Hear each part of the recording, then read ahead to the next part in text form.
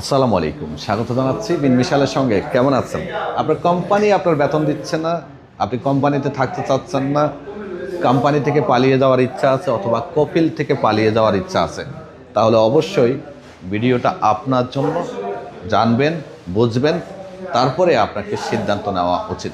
প্রিয় দর্শক, আজকাল আমাদের কাছে হর হামেশা এটা প্রশ্ন আসে, আমার কোম্পানি আমাকে ঠিকঠাক বেতন দেয় না, আমার কফিল আমার সাথে ঝামেলা করে, আমি কফিল বা কোম্পানি থেকে পালিয়ে গেলে আমার কোনো সমস্যা হবে কি না। তো আজকে আমরা কি কি সমস্যা হতে পারে আপনার সাথে সেটা নিয়ে আলোচনা করব। খেয়াল রাখবেন, পালিয়ে যাওয়া কোনো সমস্যার সমাধান নয়। কোনো কোনো ক্ষেত্রে একটা ভুল সিদ্ধান্ত আপনার জীবনের গতিটাকেই বদলে দিবে। সমস্যা হতেই পারে, তবে সমস্যার সমাধানও কিন্তু সৌদি সরকার রেখেছে। সেই পদক্ষেপগুলো সময় মতো নিতে পারলে অনেক সময় বিপদটাও এড়িয়ে যাওয়া যায়। উদাহরণস্বরূপ মনে করেন আপনি কোম্পানি থেকে পালিয়ে গেলেন, তাহলে সর্বপ্রথম আপনার কোম্পানি আপনার সাথে যে যে কাজগুলো করতে পারে, কোম্পানি বা কফিল করতে পারে, এবং সে এটা করতেই পারে কেন জানেন? সে কখনোই চাইবে না আপনার কারণে সে বিপদে পড়ুক। সে নিজেকে বাঁচানোর জন্য হতে পারে আপনাকে ফাইনাল এক্সিট দিতে পারে, হতে পারে আপনাকে টার্মিনেট করতে পারে, হতে পারে আপনার নামে আর্থিক ক্ষতিপূরণের মামলা দিতে পারে, হতে পারে আপনাকে সে ফাইনাল এক্সিট দিয়ে দিতে পারে। এটা বেশিরভাগ কোম্পানি কফিল করে থাকে, কারণ সে বাঁচতে হবে। তো আপনি যে পালিয়ে যাচ্ছেন, আপনি বাইরে গিয়ে শ্রম আইন লঙ্ঘন করবেন, কোনো অপরাধ করবেন, বিপদটা কিন্তু তার উপরেই আসবে। তার জন্য তারা যেটা করে, মনে করেন আপনি পালিয়ে গেলেন, সর্বপ্রথম যেটা আপনার কফিল আপনার সাথে করতে পারে, আপনাকে টার্মিনেট দিতে পারে। টার্মিনেটটা অবশ্যই আপনার চুক্তির মেয়াদ থাকলেই সে আপনাকে দিবে। দ্বিতীয় কাজটি যেটি সে করতে পারে, ফাইনাল এক্সিট দেওয়া। সে চাইলে আপনাকে ফাইনাল এক্সিট দিতে পারবে ইকামার মেয়াদ থাকলে। তৃতীয় যে জিনিসটা করতে পারে, সে আপনার বিরুদ্ধে আর্থিক ক্ষতিপূরণের মামলা দিতে পারে, যদি লিখিত কোনো প্রমাণ সহ থাকে। আবার অনেক সময় এটাকে অন্যভাবে সাজিয়েও দিতে পারে। এরপরে মিথ্যা যে কোনো ধরনের মামলা সে আপনার বিরুদ্ধে দেওয়ার ক্ষমতা রাখে একজন কফিল হিসেবে। যারা প্রশ্ন করেন না যে আমার তো ইকামার মেয়াদ নেই, আমি তো তার কাছে কাফালা হয়ে গিয়েছে। দেখেন, এই মোবাইলটা আমি আপনার থেকে কিনে নিলাম সেকেন্ড হ্যান্ড, এখন এটা মালিক আমি।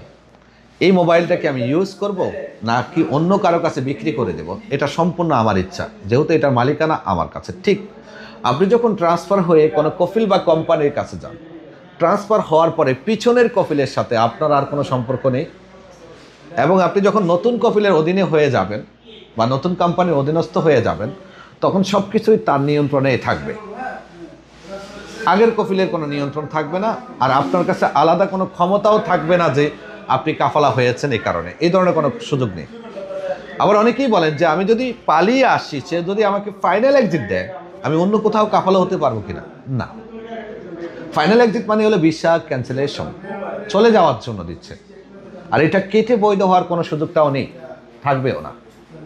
তারপরে মামলা সামলা দিলে, মামলা সামলা এখন সে কত অ্যামাউন্টের দিচ্ছে।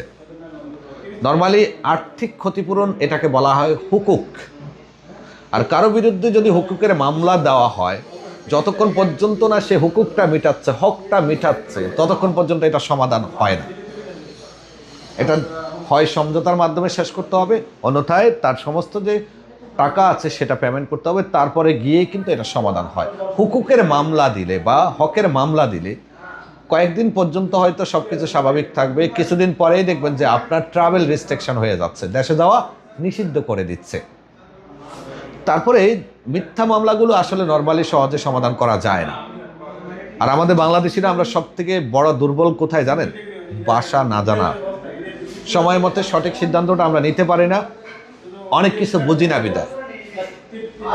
যদি আপনি শ্রমজনিত কোনো সমস্যার মুখোমুখি হন, সেক্ষেত্রে আপনি যেটা করবেন, লেবার কোর্টে যাবেন, মুক্তবল আমেলে যাবেন, আইন প্রশাসনের সাহায্য নেবেন।